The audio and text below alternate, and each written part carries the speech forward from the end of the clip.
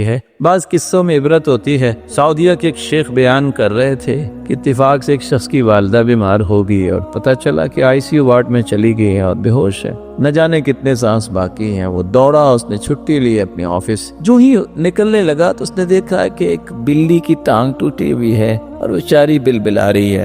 گرمی کا موسم ہے۔ اس نے کہا باقی کام تو ہوں گے، یہ نیکی تو نہیں چھوڑوں گا میں۔ ساتھ اسٹور میں گیا، دودھ لیا اور بلی کو دودھ ڈالا۔ جو ہی ہاسپٹل پہنچا، انہوں نے کہا کہ دوسری وارڈ میں آپ کی والدہ کو منتقل کیا گیا ہے۔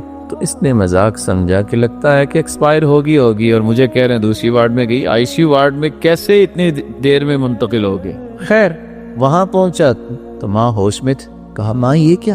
کہا بیٹا میں تو خواب میں مجھے نظر آیا ایک بلی دعا کر رہی تھی، اللہ نے قبول کر لی ہے اور میں ہوش میں ہوں، مجھے انہوں نے یہاں منتقل کر دیا ہے۔ یہ باتیں سمجھنے والی ہیں۔ ہر جاندار کے ساتھ احسان کرنے کا اجر ہے۔